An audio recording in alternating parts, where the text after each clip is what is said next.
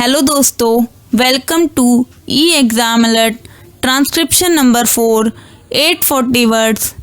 Gate ready, start. Sir, the Essential Commodities Act was passed 5 years ago, and when the minister yesterday came with an amending bill, we expected that he would give us a brief report on the working of this measure for the last few years. But unfortunately, we are kept in the dark in regard to the exact working of the Act and the nature of the difficulties the minister is facing.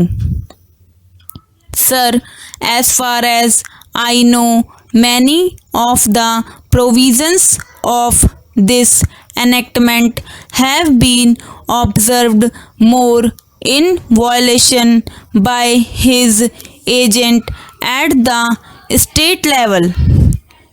The food minister may be very earnest, may be very able, and may be very anxious to see that the various provisions of the Act are implemented in the most effective manner at the state level, but unfortunately, his agents at the state level are not equally enthusiastic or equally anxious to observe the provisions of this enactment. The most important objectives of this enactment are to control the supply and distribution of commodities and to maintain a stable price level. In regard to both these aspects, I am afraid that the government has failed to realize the objectives in view. Some time passed when there was scarcity of food grains. Attempts were made to make procurement from certain wholesale merchants and from rice mills. In my own state, I know of many instances of such procurement where, after making known that certain things had to be done and certain steps had to be taken by the merchant community, nothing was done later on by this government when they found that these very orders of the government were violated. As a result of the violations, there was a consequent rise in the prices of food grains.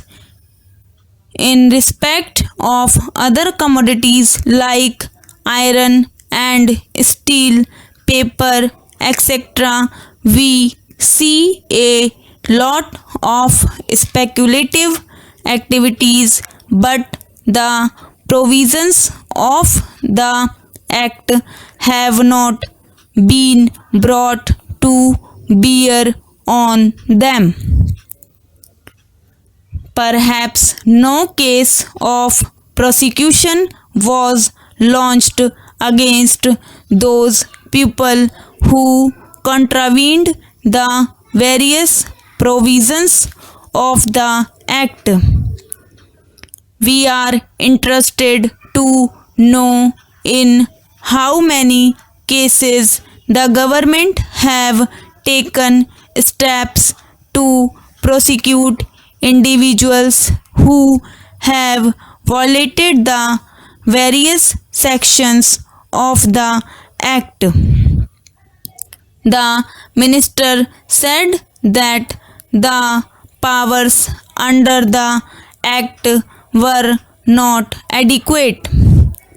We sympathize with the food minister, but I want to know what action has been taken in this regard by the various state governments.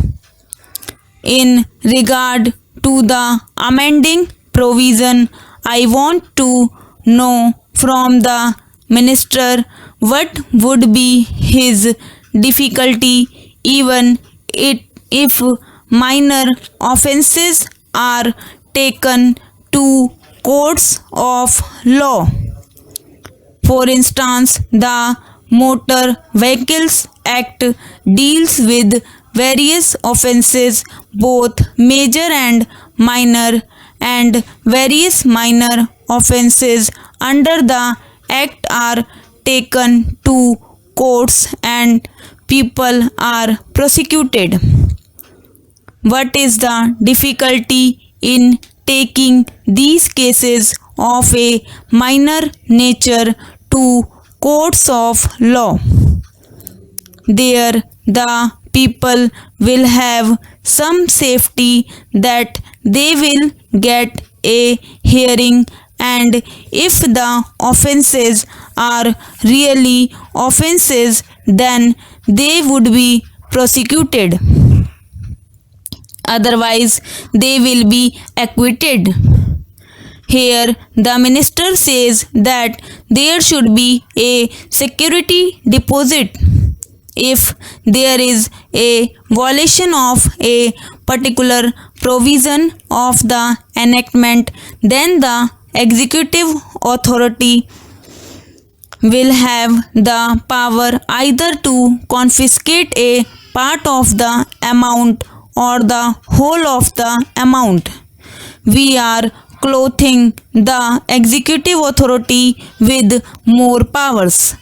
I do not grudge giving powers to the executive authority provided they are used properly and effectively and in a most fair manner. But unfortunately, there have been discriminations apart from the ineffectiveness of the various provisions. Wherever these provisions were used, there had been discriminatory use of these provisions against a few or in favor of a few. Normally, when officers are clothed with more powers, there is large scope for corruption. I feel that it would be desirable to avoid such malpractices, and it would be desirable, I think, that even for minor offences, the parties should have a chance to defend their actions. I do not think that this problem of dealing with minor offences will become complex or complicated in any way if we take them to courts of law. I want a reply from the minister in what way he is suffering from a handicap in dealing with minor offences or offences of a technical nature. The honorable member made the point that even if this thing was acceptable to the House, he did not know what amount would be demanded as security. So, the minister should tell us what amount is normally expected from a licensee in all cases and what the offences are which are of a technical or minor nature which he has in view. We are not told which are major offences and which are minor offences. Clarifications on these points are necessary. I wish that the act which came into effect long ago was implemented properly.